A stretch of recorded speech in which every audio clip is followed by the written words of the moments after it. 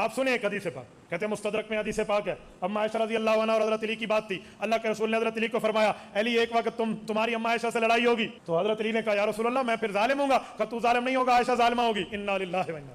اگر یہ لفظ حدیث کی کتب میں مل جائے کہ عائشہ ظالمہ ہوگی، خدا کی قسم میں پگڑی اٹھا کر اس کی جولی میں رکھ کے اس کی شاگرد اختیار کروں گا۔ اور تو یہ وہ حدیث تھی جس کے تحت انہوں نے اس چیز کو ڈسکس کیا، میری بیوی کا کیا حال ہوگا، نبی علیہ السلام نے فرمایا جس پہ اس طرح کتے بھونکیں گے۔ اور کئی ایک حدیث ہے،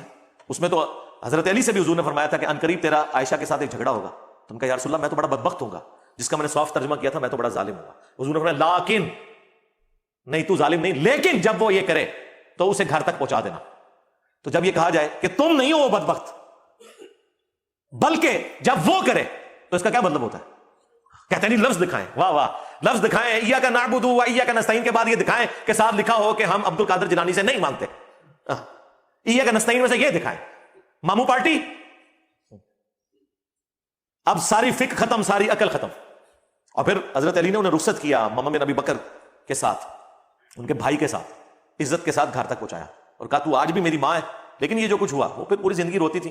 صحیح بخاری میں مجھے میری سوکروں کے ساتھ دفن کرنا، جو کچھ میں نے حضور کے بعد جو کچھ معاملہ ہوا میں نہیں چاہتی کہ رسول اللہ اور ابو بکر اور عمر کے ایسے لوگ میری تعریف کریں۔ مصنف ابن ابی شیبہ میں موجود ہے، باقاعدہ سلسلہ حدیث صحیحہ کے اندر شیخ البانی نے یہ ساری حدیثیں جمع کر کے ذکر کیا ہے کہ حضرت عائشہ روتی اس وجہ سے تھی اور وہ کہتی تھی مجھے سوکروں کے ساتھ دفن کرنا جنگ جمل کی وجہ سے، کیونکہ قرآن میں حکم ہے نبی کی بیویوں گھروں میں ٹھہری رہو، تو حضرت عائشہ کو اس بات کا غم تھا کہ مجھے یہ نہیں کرنا چاہیے تھا۔ یہ اللہ کے نیک بندوں کی نشانی ہوتی ہے، اللہ تعالیٰ انہیں مرنے سے پہلے توفیق دے دیتا ہے توبہ کی۔ ایمی تو نہیں عمار ابن یاسر نے فرما دیا تھا صحیح بخاری میں کہ اے لوگو عائشہ بصرہ سے روانہ ہو چکی ہیں، وہ دنیا اور آخرت میں تمہارے نبی کی بیوی ہیں، مرتبہ نہیں کم ہونے دیا، لیکن اللہ تمہیں آزمائے گا کہ تم اللہ کی اطاعت کرتے ہو یا عائشہ کی اطاعت کرتے ہو، کیونکہ علی کی اطاعت اللہ کی اطاعت ہے، اطیعوا اللہ و اطیعوا الرسول و اولی الامر منکم۔ اب دیکھ لیں، یعنی حضرت عمار نے یہ نہیں کہا علی ورسز عائشہ، طلحہ و زبیر، اللہ ورسز، لیکن عزت نہیں کم کی، کہا دنیا اور آخرت میں تمہارے نبی کی بیوی ہیں، یہ تمہارے پہ آزمائش آ گئی ہے۔ سلف کا فام لو جی، عمار بن یاسر کا فام لے لو۔ اور لو سنن کبری البیہقی میں موجود ہے، عمار بن یاسر کہتے ہیں اہل صفین کو، معاویہ کی پارٹی کو، اہل شام کو یہ نہ کہو کہ یہ کافر ہو گئے، یہ کہو یہ فاسق اور ظالم ہے۔ ظالم کا لفظ موجود ہے، دکھاؤ جی، اے لو دیکھ لو، اور دکھائیے۔ المستدرک للحاکم میں موجود ہے اوپر تلے، جب حضرت زبیر آئے اور حضرت علی نے انہیں حدیث یاد کروائی، زبیر یاد ہے نا حضور نے کہا تھا ایک دن تو علی کے خلاف تلوار اٹھائے گا اور تو اس وقت ظالم ہوگا، تو حضرت زبیر ایڑی لگا کے جنگ چھوڑ کے پیچھے چلے گئے،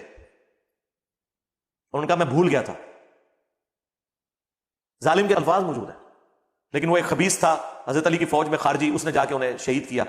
اور جب خبر سنانا ہے تو حضرت علی نے فرمایا مسند احمد اور مستدرک للحاکم میں کہ صفیہ کے بیٹے کے قاتل کو، ابن جرموز کو جہنم کی بشارت سنا دو میری طرف سے، کیونکہ میں نے رسول اللہ سے سنا تھا کہ ہر نبی کا کوئی نہ کوئی ساتھی ہوتا ہے، اور میرا ساتھی زبیر بن عوام ہے، ہر نبی کے ساتھ حواری ہوتے ہیں، اور میرا حواری زبیر ہے۔ یہ حضرت علی اس کے قاتل کو جہنم کی بشارت سنا رہے ہیں اس نسبت کی وجہ سے کہ وہ رسول اللہ کے ساتھی تھے، اسی لیے انہیں بھی توفیق ہوئی ہے۔ حضرت طلحہ بھی جنگ چھوڑ گئے، حاکم میں موجود ہے، مروان کو جب پتا چلا حضرت طلحہ بھی جنگ چھوڑ رہے ہیں، اس نے پیچھے سے گھٹنے میں تیر مارا یا نیزہ مارا اور وہ شہید ہو گئے۔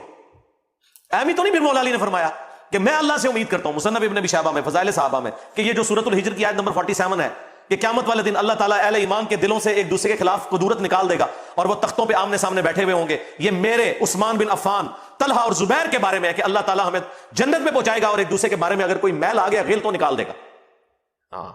لیکن ماموں کو نہیں معاف کیا، ان پہ قنوت نازلہ پڑی مولا علی نے، اللہم علیک بمعاویہ و اشیاءہ، اے اللہ معاویہ اور اس کے شیعہ کو برباد کر، عمر بن عاص اس کے شیعہ کو برباد کر، ابا سلمی اور اس کے شیعہ کو برباد کر۔ اور یہاں تک فرمایا کہ مصنف ابن ابی شیبہ میں موجود ہے کہ میں اللہ سے امید کرتا ہوں کہ میرے مخالفین جو اہل شام ہیں، مقتولین صفین،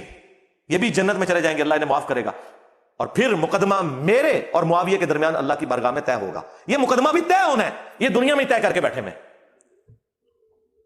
یا ایک وہ انہوں نے غزالی نے نا ام بن عبدالعزیز کی طرف ایک جھوٹا خواب منسوخ کر دیا کہ جی ام بن عبدالعزیز نے خواب میں دیکھا ہے کہ قیامت والے دن ایک محل میں رسول اللہ تشریف فرمائیں، پہلے حضرت علی کو بلایا گیا، پھر حضرت معاویہ کو بلایا گیا، حضرت معاویہ باہر نکلے، انہوں نے کہا واللہ مجھے بخش دیا گیا، اور علی نکلے اور انہوں نے کہا کہ مجھے میرا حق دلوا دیا گیا۔ اے کہانی بنائی نے خواب جدوں حدیث عمار نہیں پتا انہوں نے، باقی حدیثیں نہیں پتا، کہانیاں وچ پوری انہوں نے اپنے دے سارے کے سارا مقدمہ گاندیوں میں ڈالا ہوا انہوں نے، اور یہ ہمیں آگے باتیں کرتے ہیں جی حضرت عثمان کے مخالفین ہوتے ہیں۔ حضرت عثمان بھی تسی مروایا ہے سرکار، بنو امیہ نہیں مروایا. اب بعد میں پھر خون آلود جو ہے نا کرتا جا کے جامعہ دمشق میں لٹکا دیا,